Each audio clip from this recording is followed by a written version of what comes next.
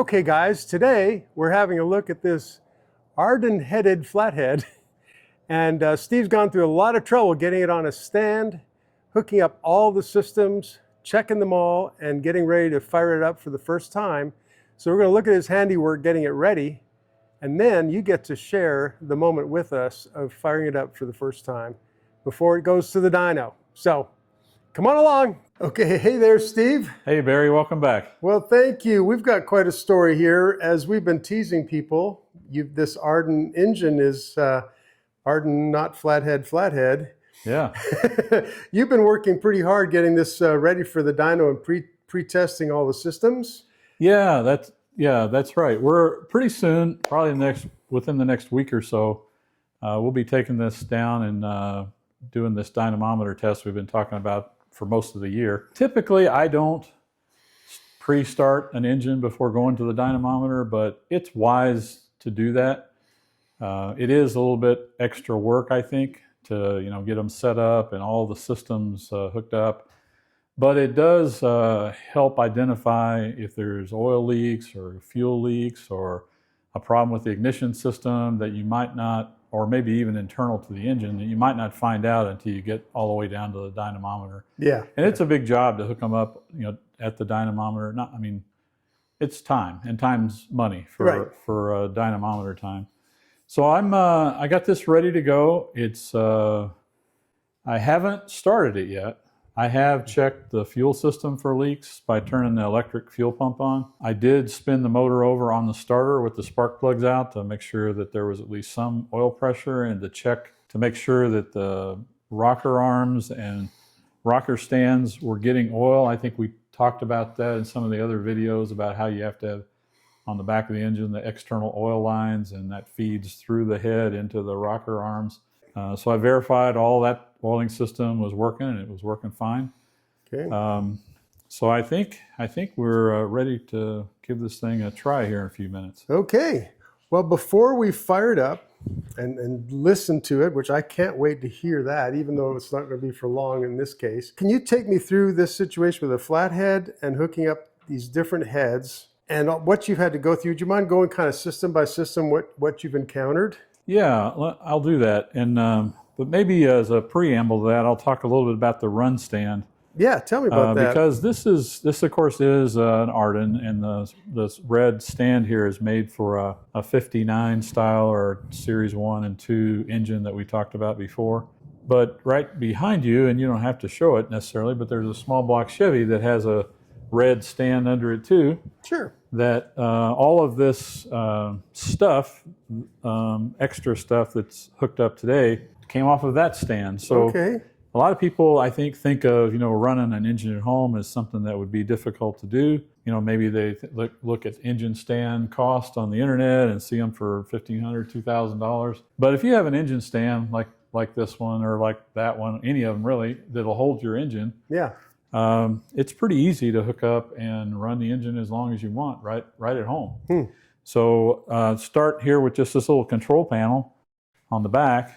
As I mentioned, it came off of this small block Chevy, so this bolt hole here and that bracket bolts right to the back of the block on a small block or big block Chevy. Okay. And it's dished out a little bit underneath to clear the flywheel or flex plate right in there. Yep, okay. And then this is something I made out of just 1/2-inch square tubing, and don't make too much fun of my welds. And then this is just a control panel. I had a water temperature gauge in here for my last test, and that was actually the gauge that went in the car. Oh, okay. So it's not there anymore. Right. But really, there's a switch here for the ignition system, a switch here for the electric fuel pump, and a momentary switch here for the starter. Okay. It's a mechanical oil pressure, so you just hook that up. And then there's some electrical connections, down to the starter and to the fuel pump and to the coil in the front of the stand. There's the fuel pump. Yep. And the coil right here. And the coil's right there. So this green wire right here is coming from the control panel. The yellow wire is for the fuel pump, and the fuel pump's got a ground to the engine. Okay. And then back here, of course, the positive cable goes to the starter, and all of the other wires that are required to run all this stuff come off of there. There's a fuse for the fuel pump, a fuse for the coil, I believe. And then the water connections. This is just a PVC fitting like you could buy at any hardware store or Home Depot, Lowe's. And there's just a threaded hose, garden hose fitting that threads right into there, and a regular radiator clamp.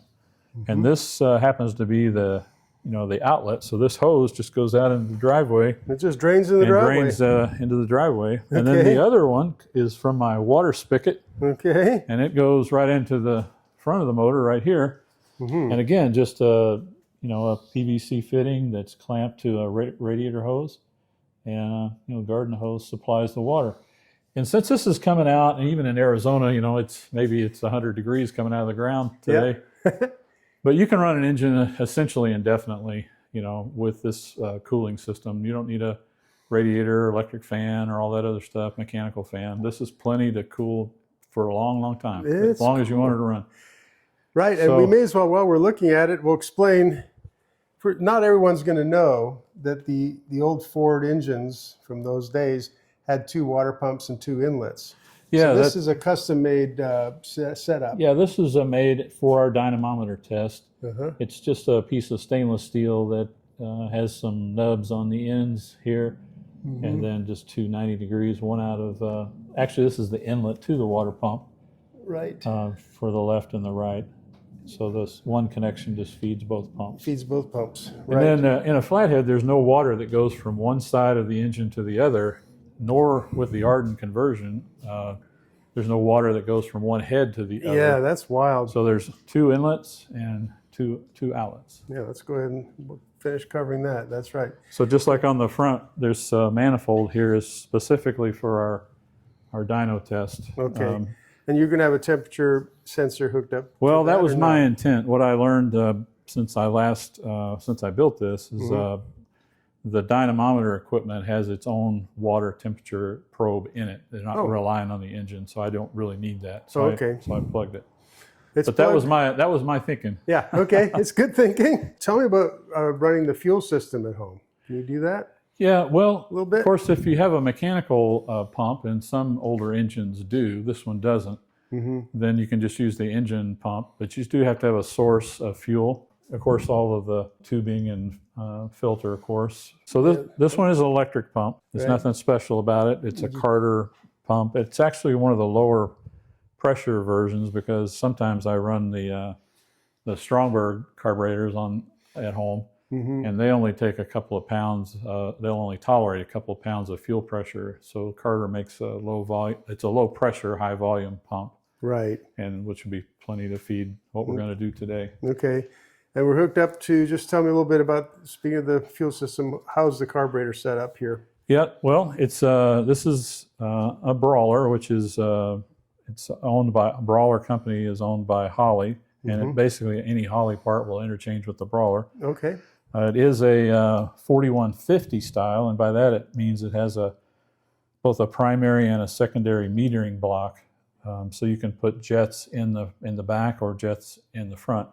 The 4160 style doesn't have this block back here. There's just a plate with some orifices in it, and it works just fine. But this gives a lot more tunability, if that's a word I can use, tunability. Okay, sure. I like these. They're not cheap, but they're cheaper than the Holleys, and I've had really good luck with them. Being able to tune them and get them to work pretty much right out of the box. So is this new out of the box, this carburetor? Brand new, yeah, brand new. Sure looks it. Yep. And this is a 750. It's this engine, the way it sets, is a little less than, it's right around 290, 289 cubic inches with the bore and stroke of this motor. And this 750 is probably too much for it, but my plan at the dyno, as we talked, is break it in, test it with the 4-barrel on it, and then put a supercharger on it. And I think this carburetor is the right size for the supercharger setup. So we're going to use it, even though it's probably too big for the engine. I think it'll run fine. Okay. If we're going to drive it on the street, we might not. This wouldn't be I'd probably use a 650 on this motor for running around the street. Yeah. But I am going to put it in the supercharger stuff right behind you. Okay. And I think it is the right size for that setup. Excellent. Now, when you're setting up an ARDUN, Ardun heads, you know, they're so rare and unusual, and we've talked about that a little bit before, but when you've had to actually set it up, like I'm just looking at these spark plug boots. What do you have to do to hook up the electrical ignition system? Yeah, well, the Ardun, you know, we've talked about it on previous videos. There are some similarities to the Chrysler Hemi. So these plug wire parts are actually Chrysler Hemi, early Chrysler Hemi parts, like the 331 or something? Yeah, or 331, 392, and the 350, whatever it was, 355 maybe. So it had the real deep spark plug wells that go into the head, but they don't exactly work perfectly. There's some parts that had to be modified. The insulators were too big a diameter to go down through the Ardun tube, so I chucked them up in my little mini lathe and trimmed them down about 80 thousandths or so, and they fit right in. Okay. But they're unusual. The boots are different. Of course, these little covers that go on the top. Yeah, it's very unusual. Yeah, they are. And because this spark plug is down in there about 8 inches, you have to buy more spark plug wire because, to my knowledge, nobody makes a set for the Ardun. I bought the wire and the boots, and so you had to fabricate everything. And then made them myself. And I can't remember how many extra feet of wire we ended up deciding on, but I think it was like 16 extra feet of wire. No kidding, just to make it work. And I had pieces I had left over ranged from about that long to about that long. Okay. And, times 8.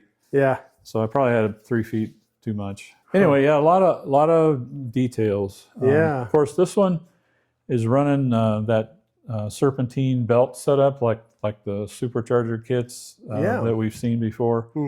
So I bet you no one's ever put this on a Ardun, and I wanted to try it, and I think it worked. I think it looks really good on there. It does. It's really clean. This is an alternator, but it looks like a generator. That's on purpose, and it has automatic tensioner here to keep the belt the right tension. And I think it looks pretty clean on there. It does. It looks really great. And again, we're going to alternately show this blower right here on it when we actually go to the dynamometer. Yep. And we're going to do it both ways. That's the plan. It'll be a lot of work, and hopefully it's not too busy of a day at the dyno shop, because it'll take, I don't know, at least an hour, maybe a little bit longer to swap everything over. But I do want to do it, and I think it'll be fun and informational, and I look forward to it. Yeah, so one more thing I just want to cover before we get to firing it up is what you've had to do with these specialty headers and work around, because I want people to see there's the drain back. We hadn't seen that before. Your drain back pipes from the head where the oil collects there, and also your custom dipstick just for the dyno. That's really something. Yeah, you mentioned the headers. Those are just, in my opinion, works of art, and I actually don't know who made them. I know it was coordinated through Klein Engines. If we can find out who made them and give them credit, we will. Yeah, but they're beautiful, right? I mean, the workmanship is all there. These little brass plugs are plugging the exhaust gas temperature ports that when we get to the dynamometer, there'll be instrumentation down in there. Yeah. But yeah, I sort of dreaded making all the tubing for the oil supply. I don't know that we showed that on the last video. It was something I had to do. So if you remember, the heads don't have, on a flathead, there's no oil that's up in the top of the engine. Right. The highest the oil gets is the cam bearings. Right, right. The rest of it's splash lubrication. So with the Ardun conversion, you have to supply oil to each head. And I think we showed in the earlier videos how that works once it gets into the head. Right. It goes through the rocker shafts and the rocker arms.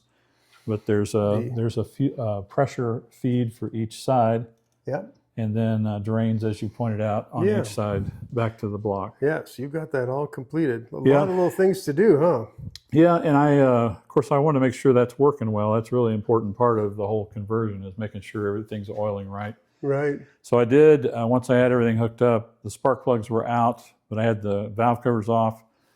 and spun the motor over on the starter to build oil pressure and make sure that all those rocker arms and rocker shafts were getting oil on both sides, and they were. Good. So Good. I'm confident the oil system is, at least to the cylinder heads, is working correctly. This block has been modified. We won't talk too much about it, but Flathead guys will know what this is all about. This is as close as you can get to a full flow filtering system on a flat. Well, that's actually not true.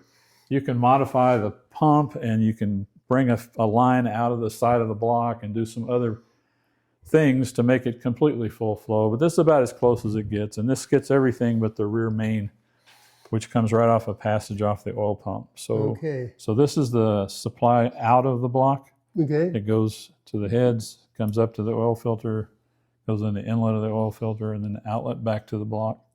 And I'm picking up oil pressure.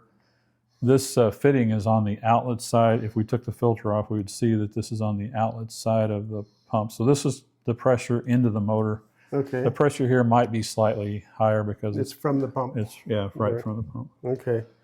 So, you know, we talked about this a few minutes ago, this little bracket here. This is not where this filter would go, but taking it to the dynamometer, you got to put it somewhere. Right. And you would maybe you would mount it to the firewall or maybe to the frame or someplace else, but for the dynamometer, we had to mount it. I had to put it somewhere. So I put it here, and it kind of looks odd where it's at, but when we put the supercharger on it, there's about 1/8 of an inch between the back of the supercharger and that nut right there. So, that's as far back into the... It's just tucked in the only place it'll go, but I think it'll be just fine for the short time that it'll be, you know, running on the dynamometer. All right. So you ready to do a first start? Yeah, let's give it a shot. Okay. We truly are doing this for the first time, everybody. So let's see what happens. So what I'll do, Barry, I'll open the door and I'll turn the water on. Because I'd like to, even though we're not going to run it very long, I want water in it. I also, and it's always a good idea to have fire extinguisher handy. Don't expect any problems, but you never know. You know, safety at least third. It is on wheels, so if we had to, you could just roll it out and let it burn in the driveway. I don't think that's going to happen. But well, it's good to know you've thought of all this. Yeah, some of the things. So my plan is, and I think I mentioned, maybe I didn't, but I have pressurized the fuel system to make sure there's no leaks and that the carburetor doesn't, you know, flood, have a stuck float or something like that. So I've checked, I'd say the system's out, but haven't run it yet. So I have my timing light out here. I've set it the timing best I could, you know, by looking at the timing marks and setting the distributor where I think it'll start. But I do have a timing light, and I have a couple of tools here to adjust the idle speed. I'm not going to try to adjust the idle mixtures or anything like that. We'll do all that at the dynamometer. What I really want to do today is make sure it'll start and run, and maybe we'll run it long enough to check the timing, and maybe set the idle if it's too high or too low, and that'll be it. Make sure all the systems are working together. That'll be it. All right. Okay. I can hear water moving, so that's good. A little murky looking too, which is not too surprising. Oh, it's flowing right through the engine right now. And think about that. No reason for it not to. Okay. Nothing to stop it. So what I'll do is give it a couple squirts here. Turn the pump on. There's a leak out of my fitting there.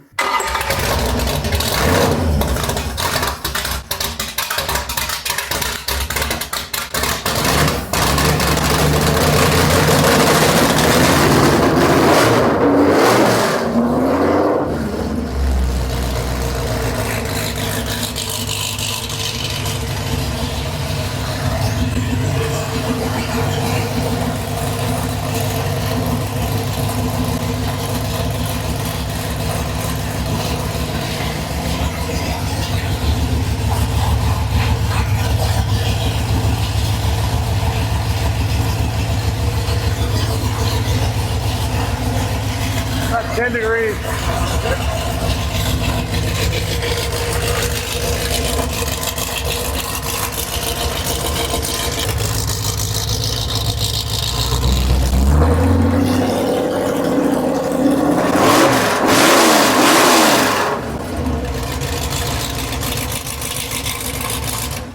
Oh man.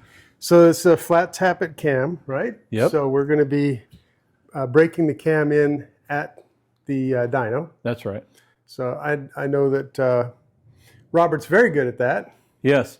You know, it's always, yeah, that's a good point. And, you know, it's another sort of, I think it's a low-level risk to start them like this at home because you're not breaking the cam in and you need to do that right away. Mm-hmm. But part of doing that right away is making sure the timing's right and make sure the carburetor will run, you know, that things will work so that when you do start it and put it under load, you have a pretty good chance that you're going to get through the break-in period. And what I saw here was enough for me. I think it's going to run. I think it's going to, the timing is about 10 degrees or so. I am probably going to do a little work on this distributor before the dyno test. The advice I got from Don Ferguson, who makes the cylinder heads, is to set it at 26 degrees advance, but lock it there. So start it at 26 degrees and it never goes above 26 degrees. That's the way he thinks they run the best. Okay. So I haven't done anything to that distributor, so it has the mechanical advance in it and everything. And since that was his advice, I'm going to try to get that done before we go down to the dynamometer. Am I right in wondering, anything before 26, isn't that just to make it easier to start usually? Usually. Yeah. Modern, you know, cars that have a vacuum canister on it, you know, the vacuum advances the timing anyway. So when you're not under load, you got, I don't know, whatever the vacuum mechanism, but it's up there, you know, pretty far advanced. And as you start to load, then the vacuum advance drops it back a little bit. So, right. But I think he says the ARDUN likes around 26 degrees, which is not, you know, too much. That small block, more like 32, 34. So if you lock that out at 34 degrees or so, maybe it'd be a little harder to start, but I think it'll start at 26 degrees. Yeah.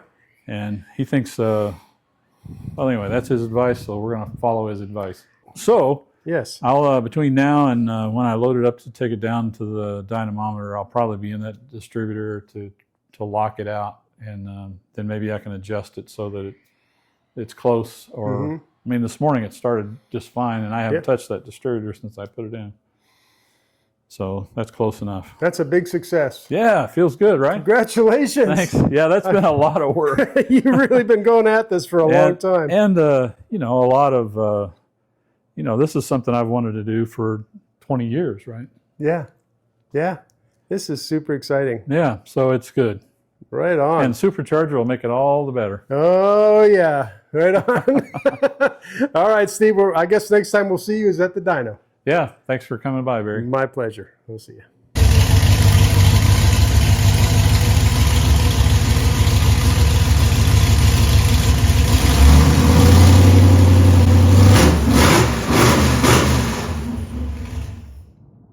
Man, that sounds heavy. That's good. It sounds like a lot more than its cubic inches, actually, to me. Wow.